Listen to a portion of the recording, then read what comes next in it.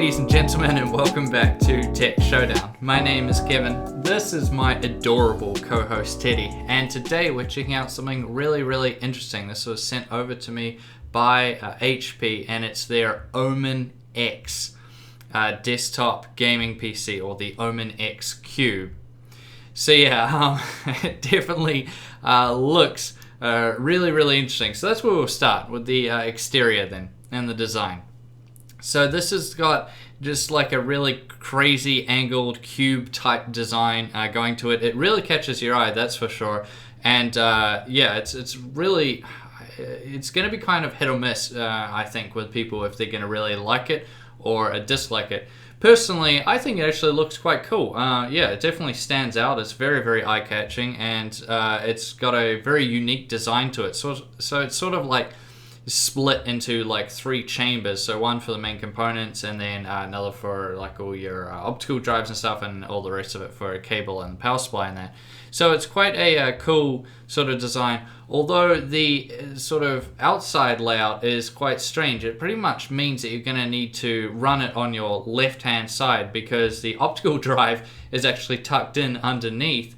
All the sort of front I/O stuff is moved over to the right, and in general you would just have to use it that way, because everything obviously plugs into the back like normal, which is a bit different considering most gaming PCs now, case-wise, assume that you're going to have it on your right, you know, to the right of you. So it's a bit different there. Definitely an interesting approach, but I mean, it's not going to be the end of the world for most people out there. You just obviously move your PC over to the other side. Now the front also lights up, which is pretty cool, and it seems to allow for some pretty decent airflow in there. And yeah, overall I think design-wise it's pretty cool, although as I said, it's going to be quite specific. You are going to need to run this on your left-hand side.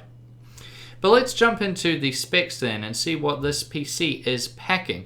Now this is hugely customizable. Over on HP's website, you'll see that there's so many different types you can run. There's a bare bones one with nothing in it, so you can build it up yourself if you really want to. And there's all different types you can get. Not only that, but the case itself is quite customizable by comparison to many other pre-built type unique PCs that I've seen being built in the past, where you pretty much can't do anything else to them. With this one you actually can.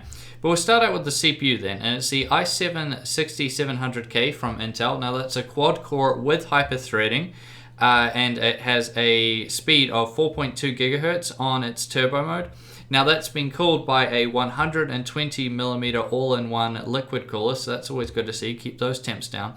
Now that's obviously on a Z170 motherboard, although I do not know what motherboard this is. Maybe it's a custom one, I do not know. There's no branding on it and nothing comes up, so yeah, I don't know whose motherboard it is. But it is a Z170. Now it's also coming with 32GB of DDR4 memory at 2133 MHz. That's just tons, that's heaps. You'll never need that much unless it's way down the road. Now GPUs, this is where it gets crazy. It's coming with 2 NVIDIA GTX 1080s. These are Founders Edition, which is actually quite good, because if you're running SLI, it's often good to run a blower type design so that it's letting all that hot air go out the back of the case rather than it blowing around in the case. So that's really good to see. And yeah, 1080 SLI is going to be hugely powerful in the graphics department. Now storage-wise, it's coming with a 256GB Samsung M.2 SSD, so that's good to see, and a 2TB HDD for all your mass storage needs. Now communications-wise, it's going with 802.11 wireless AC and also Bluetooth 4.0. And weight-wise, it's coming in at 28 kilograms. It is a beast. It's pretty heavy, that's for sure. At least this one I have. And dimensions-wise, we'll do it in inches for all the American viewers out there.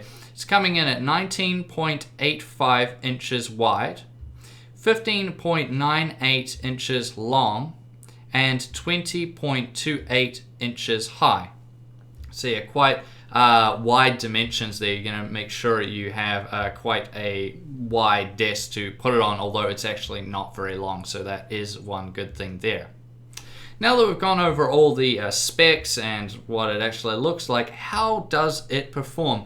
And performance wise, it is insane. It just blows through anything.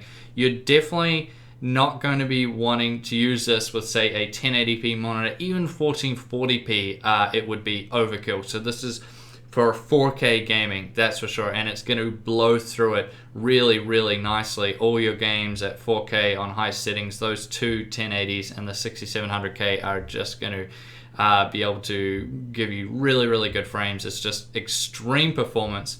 But as always, I'll show you guys for yourself, so let's jump into the benchmarks and see how it performs.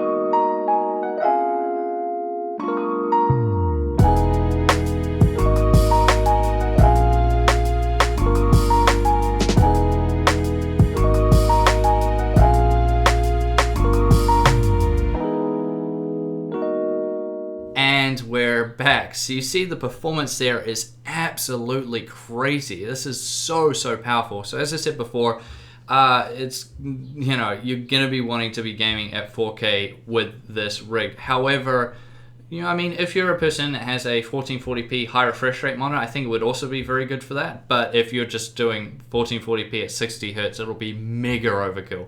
So yeah, extremely good performance coming out of this rig. However, performance isn't everything. What about heat and noise?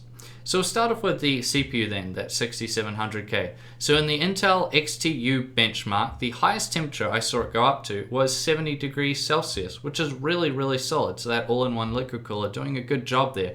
That's going to give you about 20 degrees of thermal headroom in order to do some overclocking on that 6700K. So that's really good, and I think a lot of people really appreciate that who want to do some overclocking with this PC and get even more performance out of it. And in terms of the GPUs, I tested them in the Unigine Valley benchmark on the Extreme HD preset. And the highest I saw those 1080s go up to, one went up to 71 degrees Celsius and the other went up to 81 degrees Celsius. And that's fine. One of them was getting a little bit on the high side there, but you can raise the thermal limit and that will stop any throttling from happening. And there's still a bit of headroom there in order to do a bit of overclocking. You can obviously change the fan curves, make them much more aggressive, and that will help bring down those temperatures and give you even more thermal headroom if you want even more performance out of this already crazy performing desktop PC. Now, noise-wise, it was, I would say, okay. And this is something I've run into a lot when previously doing sort of these more custom, unique desktop PCs that companies have created, in that noise-wise, they're often very noisy. And this wasn't too bad. At idle, it still is a bit noisy. I would have liked it to be a bit quieter. However, on load, it's sort of about average, I would say. But as always, I'll let you guys judge for yourself. So first, I'll show you what it sounds like at idle, and then I'll show you what it sounds like in the 3D Mark test, the combined test, so you'd see what it would sound like with the CPU and the GPUs going full bore.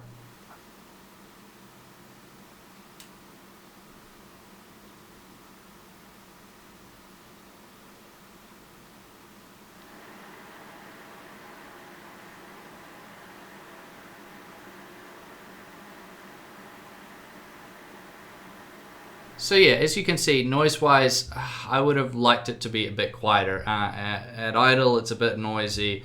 On load, it's about average. But honestly, this would be somewhere they could improve it for the next model and maybe make it a bit quieter, because it was a little bit on the louder side of things for my taste personally. Which brings us now to the conclusion. And what do I make of the HP Omen X Q gaming desktop PC. So this is an absolutely crazy looking design. As I said earlier, it's going to be up to everybody individually to decide if they like it or not. But I think it looks pretty good, and it's very eye-catching. It's quite a cool, unique design, so I really like it in that aspect. It's very customizable as well, so I like that too. Not only in selecting what components go into it for when you originally purchase it, but also further down the road if you want to change things. It's quite customizable there, which is really good to see also. Now this is super, super powerful. The one I got anyway is just absolutely crazy power, so you're definitely going to want it for some 1440p high refresh rate gaming or 4K gaming especially. It's going to be very good for that. Heat-wise, it was a little bit on the high side, but nothing really that bad, to be honest, so yeah, that's pretty good. And noise-wise, again, it was a bit on the higher side of things, and I think that could maybe be improved for the next model, but it's definitely not the end of the world, so it should definitely be still good enough for most of you guys. It won't be that bad at the end of the day. And overall, I just think this is a pretty cool, very unique all-round PC. Now, it's going to appeal only to certain users out there that are going to be wanting something extremely unique. But if you still want to build one for yourself, you can buy the bare bones one and then put your own build in it if that's what you want to do, and you still just want that chassis, which is quite a cool idea. But this one I tested in particular is extremely powerful, so definitely look into it if you're someone out there that wants a very unique, extremely powerful gaming desktop PC. Now, I thank you all for watching this video. Please subscribe to Tech Showdown if you haven't already, and like the video. And as always, I'll see you guys next time.